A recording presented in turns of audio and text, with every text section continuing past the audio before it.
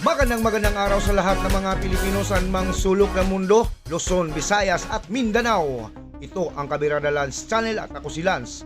Para sa hindi pa nakapag-subscribe, paki-subscribe naman at paki-like and share.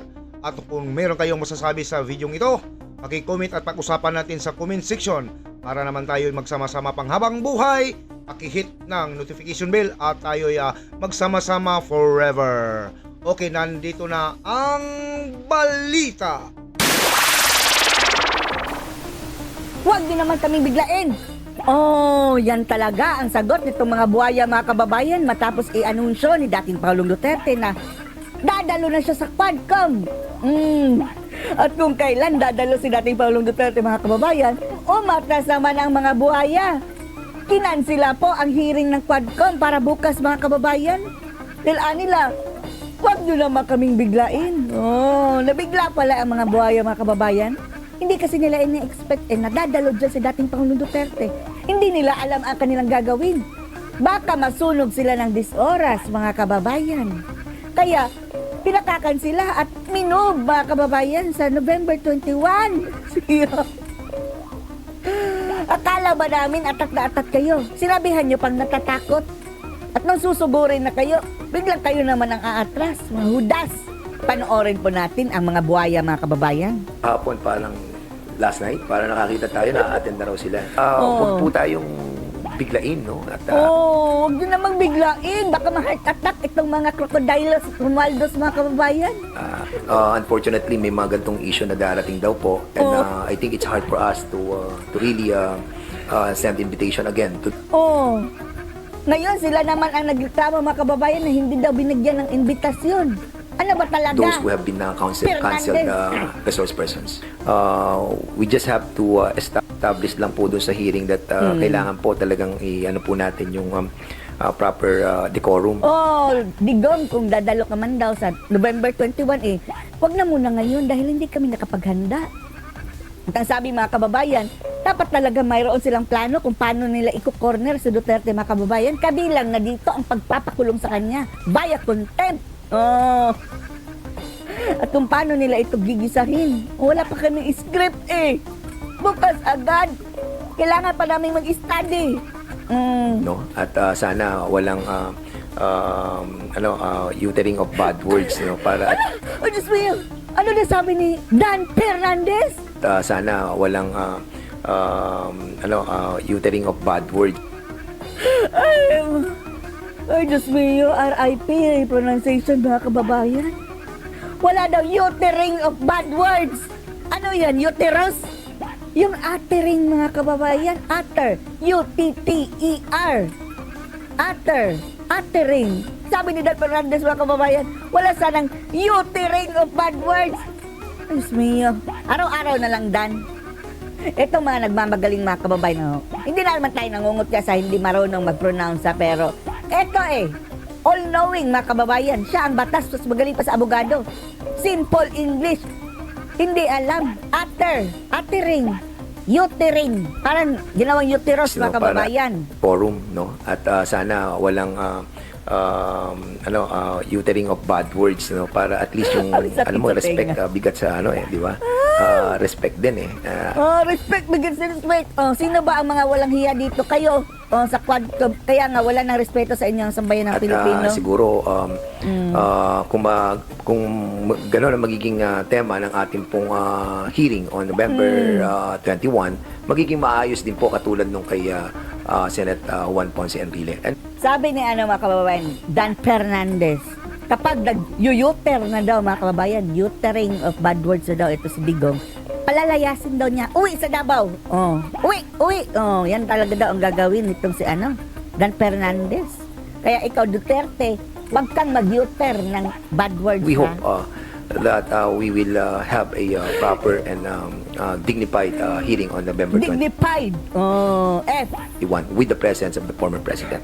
Former president? Reminder also as well, Mr. Chairman, as ang what daming reminder, Chairman Chu ang daming reminder ni Dan mga kababayan. mentioned a while ago, that there is a 3-day ruling that are being followed by... Kailangan kayo ng 3-day ruling. Ang tagal nyo lang inimbitan si dating Pangulong Duterte. Kung 3 days lang ay nyo kailangan Eh halos lang at 3 buwan na kayo dyan. Tingnan nyo ang nasa tabi ni Dan Fernandez mga kababayan. O parang, ano to, tik-tik ito? The committee. So, kailangan po ma-inform din po kami officially.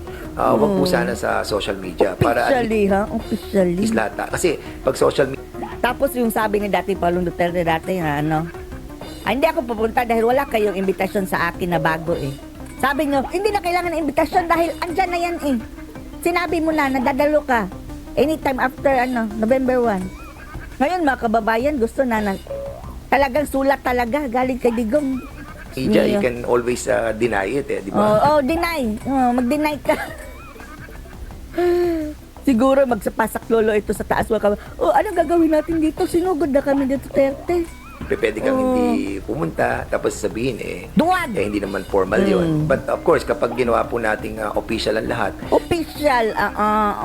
then resibo po yan. So I hope that Resibo sa mga taong walang resibo mga kababayan. Liquidation by certification. prior to November 21 hearing, somebody or the lawyer of the former president will write the committee for his attendance. Bahala kayo. Kung ako niyan mga kababayan, binigyan ko na kayo ng pagkakataon. Wala na. Expired na. Na at the same time siguro we have to make it formal, no? Formalize Formal. Sige, i-formal mo. lahat. Kasi nga pag yung sa social media tayo nagsagutan, I think it will not be proper, no? At sana proper sa inyo dahil sa kanila mga kababayan, sila ang judge, sila ang prosecutor, sila ang executioner. Sila ang batas. Maliligaw po tayo, especially yan. Tayo, naliligaw sa that they will be landas. attending. And it's not even coming from the president, di ba? Galing kay Panelo. We are governed by the rule of law, and we are Lumakapag sila ng governor rule of law na sila ang walang sa batas mga kababayan. No regard with the rule of law. Bill of Rights mga kababayan. Basic rights ng tao. Inaapakan ng mga ungas na to. Pati right to liberty. Pinakukulong mga kababayan governed by the rules of the committee. And I hope that kung talagang a-attend po ang presidente, now is the right time to notify the committee, especially Dinotify na nga kayo kagabi. Kayo naman ang umatras. November 21 pa naman yan, malayo pa, Thursday pa. Wala So na. we have all the time para i-prepare. Ang problem Mayroon na silang plan ganyan mga kababayan sa 21 na masamang balak kay dating Pangulong Duterte. Malay mo, baka may gagawin silang masama kay Digong. PRRD, i-move mo na naman. talaga, alam nyo, mahirap din naman po yun. Mga ungas. Bukas mag-hearing na po kami. Eh di somebody will accuse us that we are Coward! Ina-accuse na namin kayo, coward. Pinibreak namin yung own rules namin of the 3. On rules! Yung 3-day rule daw mga kababayan. Ilang days yun ang inimbita si dating Pangulong Digong? Months na nga. 3-day notice. Kaya 3-day notice. sana po ibalik na po natin yung tamang proseso para na sa ganon we will be guided accordingly. Confirm ko na hindi na rin natin Stop uttering bad words sa talaga itutuloy because of the Digong. katulad na sinabi ni Chairman Chua, meron din kasi talagang rules na nag-govern sa atin eh. Ay, nakaw And na mga we will be buhayan, breaking our mga own kababayan. rules at hindi magandang tignan yun. Ikaw maganda ka tingnan. Hindi ka maganda pakinggan. Masakit sa tenga. At kaya nga we decided na rin talaga na wag na ituloy. Kasi nga, ang premise din natin, ang premise ko rin naman, they will galvanize this situation that tayo yung umaatras doon sa Kayo naman talaga ang umaatras. Biglang napaka-cancel mga kababayan. Huwag niyo naman kami biglain. dating niya. But as I've said, meron tayong sinusunod na rules dito, kaya dapat yun po yung sundin natin. At I hope that, ayan na naman, gano'n na naman November 21, meron pa naman November 28, meron pa naman December. So, Walang unlimited yan mga kababayan yung Quadcom. Unlimited yan hanggang makababayan si Ngag-Ngag. At lahat kayo nag-aaksaya dyan ng pera ng gobyerno. Mananagot kayo, mga hudas kayo. I think we still have a lot of elbow room para pag-usapan. Sana hindi na ito papanalunin, no? Sa susunod na halalan, Santa Rosa, huwag nyo nang iboto yan. Itong si Fernandez. I-formalize yung pagdating niya. Mangkanor, mga kababayan. Huwag po tayong biglain, no? At kasi nga, hindi naman po isang tao lang nag-iisip dito. We have Huwag na nyo siyang biglain. so many members and we have so many chairmen and we have to decide collectively. Nabigla pala sila. So sila nag-iimbita tapos nung pumunta nabigla.